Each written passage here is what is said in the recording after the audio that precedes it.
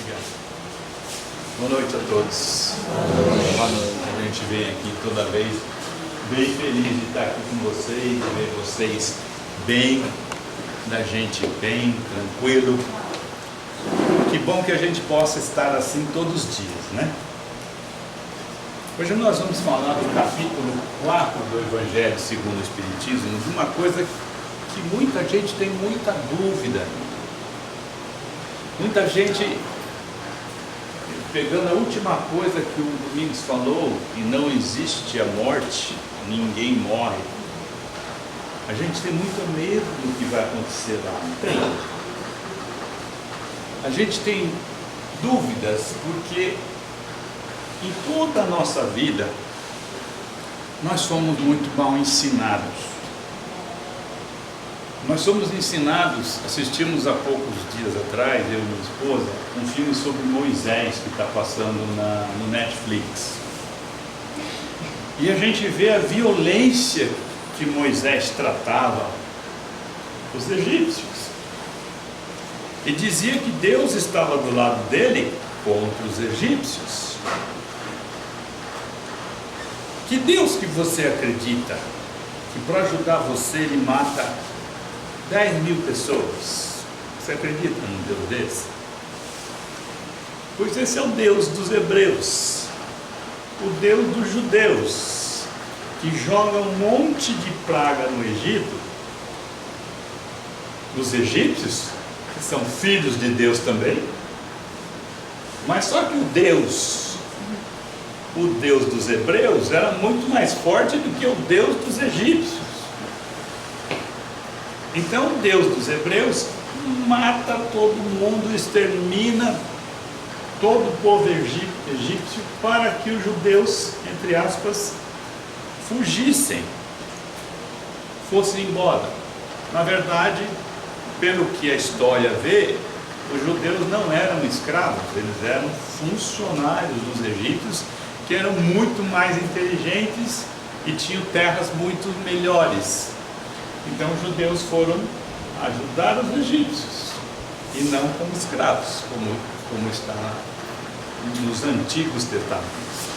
Então a gente vê um tal de Noé que faz uma arca porque Deus está bravo com você, ou comigo, ou com todo mundo, e ele quer eliminar todo mundo.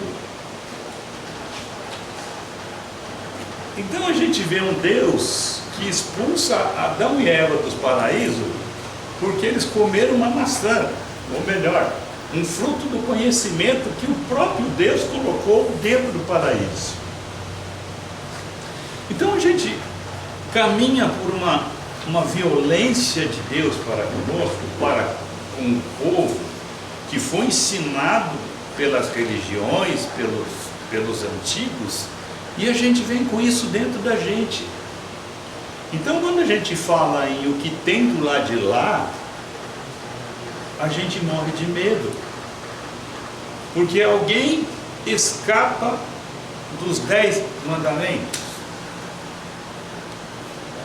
Pergunto a vocês, qual é o primeiro mandamento? Amarás a teu Deus sobre toda a tua força, com todo o teu entendimento. E o segundo? Não matarás. Pronto. Não vamos para o terceiro porque não escapa ninguém. Não cobiçarás nada dos outros. Pronto. Você vai para o inferno. Eu vou também. Você vai também. Você escapa, não? Algum de nós escapava de ir para o inferno? Se eu já estou no inferno, o que eu faço? Abraço o diabo. Não é? Então nós crescemos com a ideia de que, bom, eu não vou para o céu, porque eu não sou santo. E os santos também não vão para o céu. Se a gente lê a história de Santo Agostinho, de Paulo de Tarso, eles eram os capeta. E de repente ficaram bonzinhos. Mas não eram. Então se a gente acredita num Deus desse ou numa história dessa, a gente tem medo, e o medo é natural. Mas eu acredito mais nesse aqui. Para mim só existe de Jesus para cá. De Jesus para trás, a mim não interessa nada. A Elza vive me pedindo: Fernando, você não quer vir dar aula aqui no Aprendizes do Evangelho? Não. Ela até briga comigo.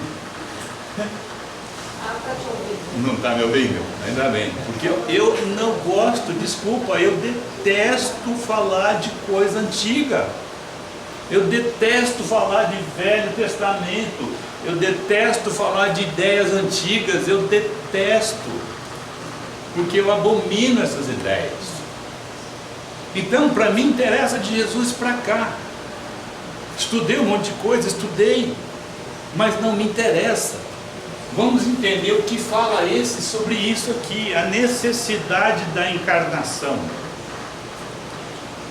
Como é que o senhor chama? José Tadeu. Senhor José, por que você está aqui? Buscar Não estou falando aqui no centro espírita, não. Estou falando aqui nessa vida. Por que o senhor está aqui? Resgatando a vida passada. Tá, não. Não? É outra ideia errada. Vocês escutaram o que ele falou? Resgatando problemas passados. Isso se chama vingança. Isso se chama punição. Então você acha que Deus é punitivo? Então o que você está fazendo aqui? O que nós estamos fazendo aqui?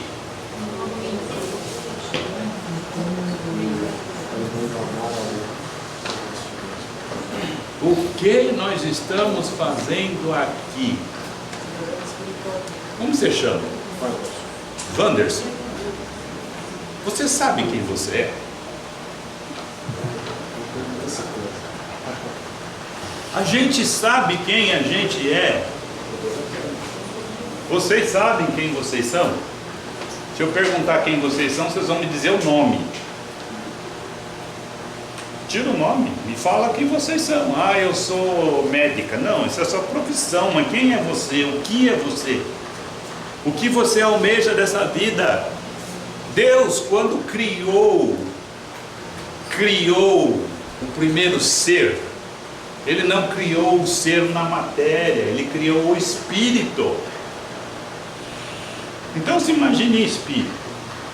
Eu sou um espírito. Sim. Passou 1000 anos. O que você fala para mim? Eu sou um espírito. Mais 10.000 anos. O que você fala para mim? Eu continuo sendo um espírito. E o que você faz na vida? Nada.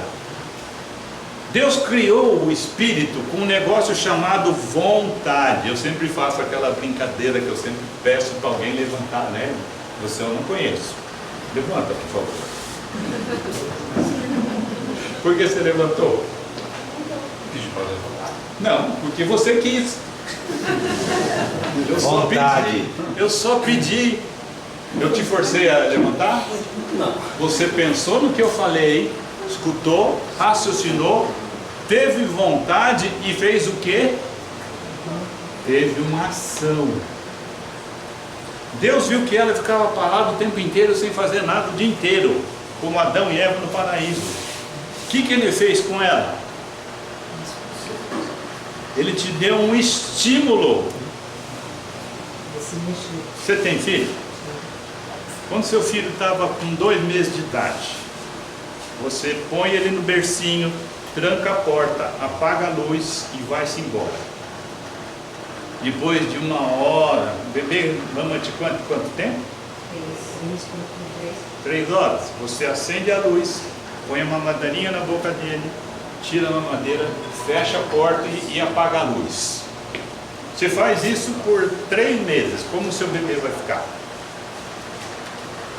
Vocês acham que o bebê dela vai ser legal? Por quê? Porque não tem ninguém que morda o pezinho dele. Porque não tem ninguém que brinque com ele. Porque não tem ninguém que chacoalhe ele. Não tem ninguém que jogue ele para cima, que segure ele antes dele cair. Não tem claridade para doer os olhinhos dele. não tem estímulo. Quando Deus criou o espírito com vontade, Ele precisava dar ação nessa vontade. Se eu peço para você levantar e você não levanta, eu vou ficar com cara de tacho. Mas você levantou, e todo mundo entendeu a nossa mensagem. O meu estímulo, a sua vontade e a sua ação se transformaram numa coisa boa. Isso se chama encarnação.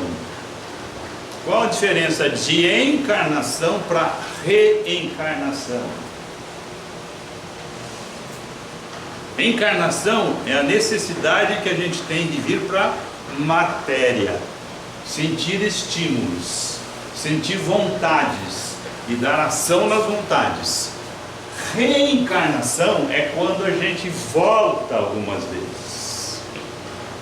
Quantas vezes a gente pode voltar para reencarnar? Vocês acreditam em reencarnação? Eu não acredito. Eu tenho certeza. Acreditar, a gente acredita no Papai Noel. Eu tenho certeza, gente, não é possível não existir reencarnação. Jesus, no Evangelho Novo, em várias passagens, ele fala que João Batista, vocês conhecem a história de João Batista, aquele que batizava as pessoas na água? Ele era a encarnação de Elias, que foi um profeta da antiguidade. Quem falou isso foi Jesus, e falou várias vezes. Falou para os apóstolos que eles não enxergavam, porque João Batista era Elias. Como João Batista podia ser Elias, se Elias viveu muito antes de João Batista? Então Jesus se referia à reencarnação de Elias como João Batista. Isso Jesus fala várias vezes. Então a reencarnação é o que a gente faz, é a nossa encarnação sucessivamente. Como o seu José falou, nós viemos aqui pagar nossas penas do passado, correto? Muito bem, não deixa eu falar besteira. Não é isso? Não é mesmo. Nós não viemos aqui pagar nada. O nosso Deus é nosso Pai, Ele não é nosso carrasco, gente. Então, se nós não viemos pagar nada, o que nós viemos fazer? Aprender. Ah, mas eu fiz um monte de bobagem nas minhas vidas passadas. Com certeza. E como é que você faz para não fazer mais bobagem? Faz um monte de bobagem primeiro. Como é que você se transforma num sábio? E perguntaram para o sábio como é que se faz para ser sábio. Ele fala assim: o sábio só toma boas decisões. E como é que você faz para você tomar boas decisões? Ah, você tem que ter experiência. E como é que eu consigo experiência? Errando pra caramba. Aprendendo. Quantas vezes Thomas Edison tentou inventar a lâmpada? Vou perguntar a vocês: quantos animais de cada espécie Maomé colocou na arca?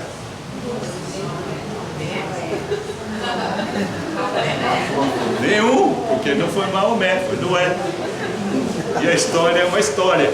Então a gente precisa prestar atenção em tudo, principalmente no que? No que a gente precisa prestar mais atenção? Nas coisas que a gente não gosta, nas coisas que nos fazem mal. Tem alguém aqui que vem procurar auxílio no centro espírita? Não precisa levantar a mão, porque senão todo mundo vai levantar. Sabe por que a gente vem procurar aqui? Porque a gente não conseguiu achar aqui.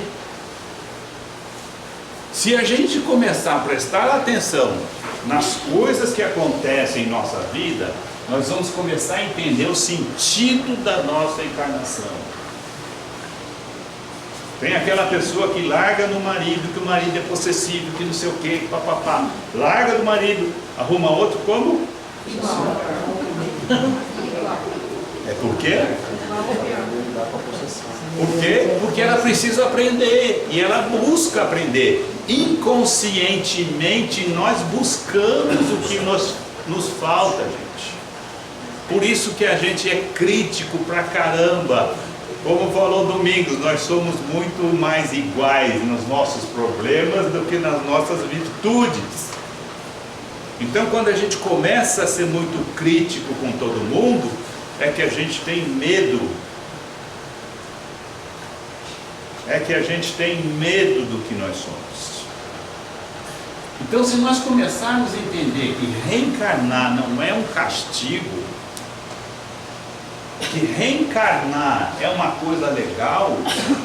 Tem gente que fala dentro da casa espírita assim, como falam errado: eu estou aqui pagando minhas coisas do passado. Não está pagando nada, você está tendo a oportunidade de acertar. E tem gente que fala assim: Chico Xavier era tão bonzinho que ele não precisa mais reencarnar. Olha, eu ouvi dizer que Chico não precisa mais encarnar. Vocês acham que Chico vai gostar disso? O que Chico gostava mais na vida de fazer? Ajudar os outros. E ele vai ficar o dia inteiro sentado lá em cima, tocando harpa no céu. Ele vai ficar feliz, uma alegria. Chico sentado o dia inteiro sem fazer nada, embaixo de uma árvore no céu, com os anjinhos cantando em volta dele. Ele vai falar assim: oh Deus, me manda para o inferno, porque aqui eu não sou útil. Quanto mais a gente evolui, mais a gente quer ser útil.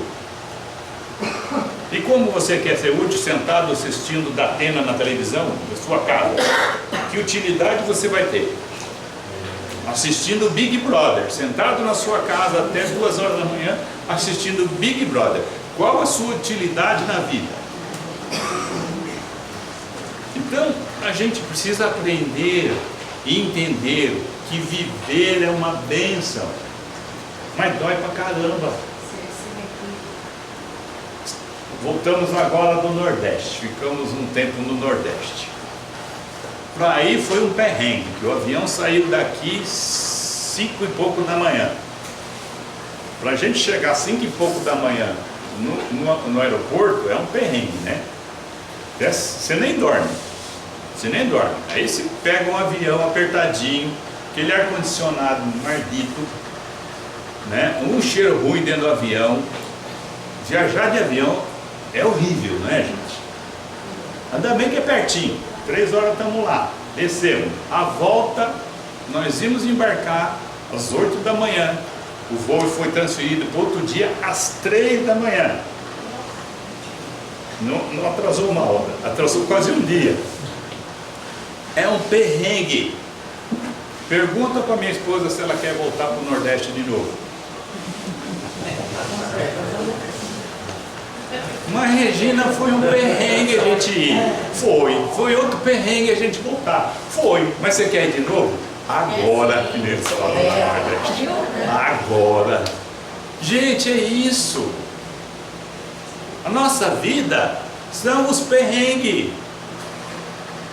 O resto é para a gente se divertir. Mas o perrengue na nossa vida é para a gente aprender, prestar atenção. Geralmente as tuas doenças te limitam de alguma coisa que se abusou na sua vida passada. Como a gente ouve também, quando morre uma criança, né? Vocês já ouviram alguém falar que uma criança morre?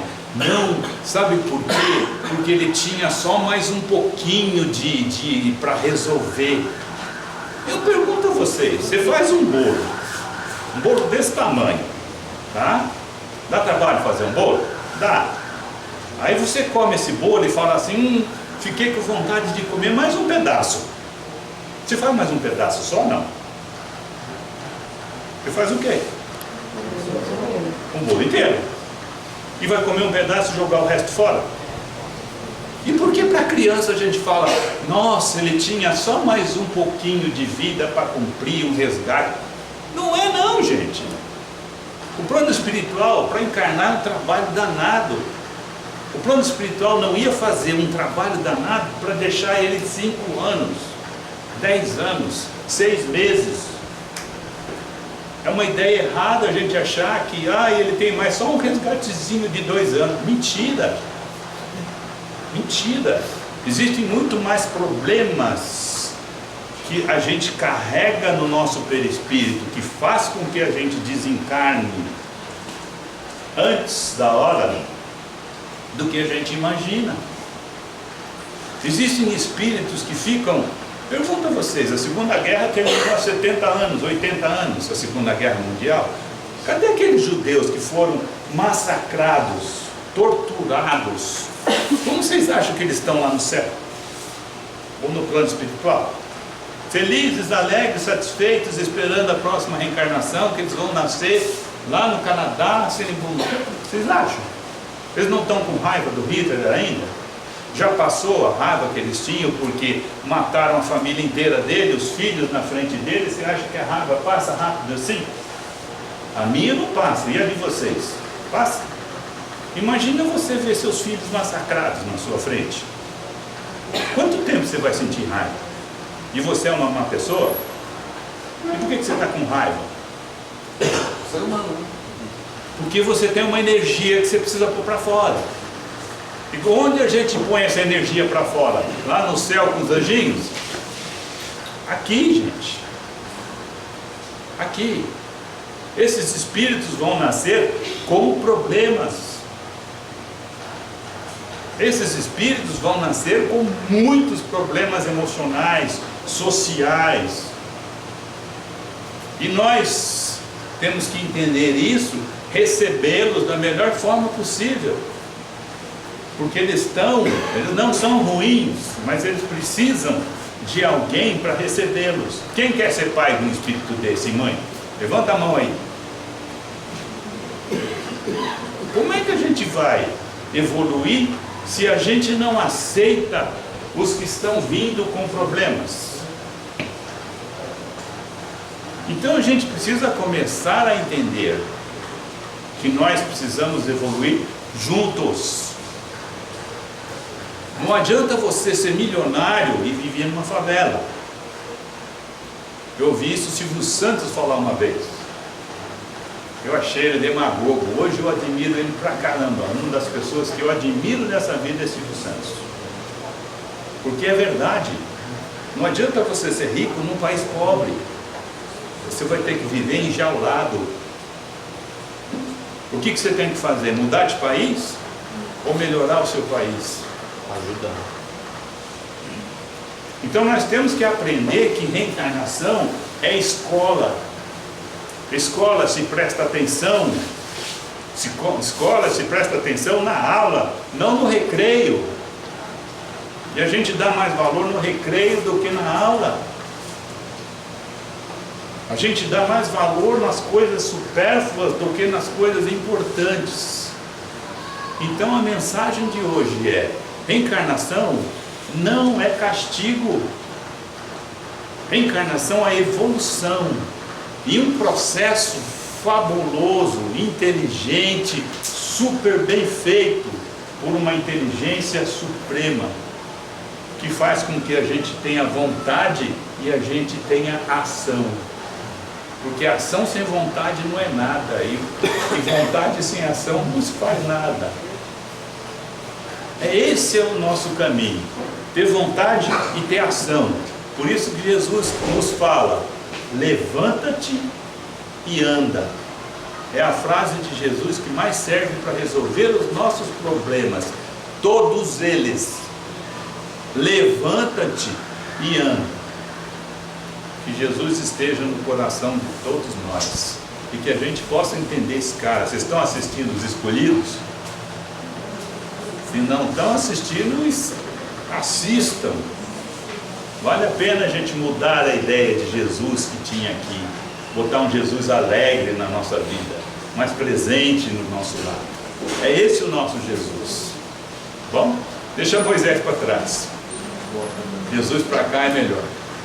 Que Deus abençoe, que Jesus esteja em nossos corações. Vamos agradecer?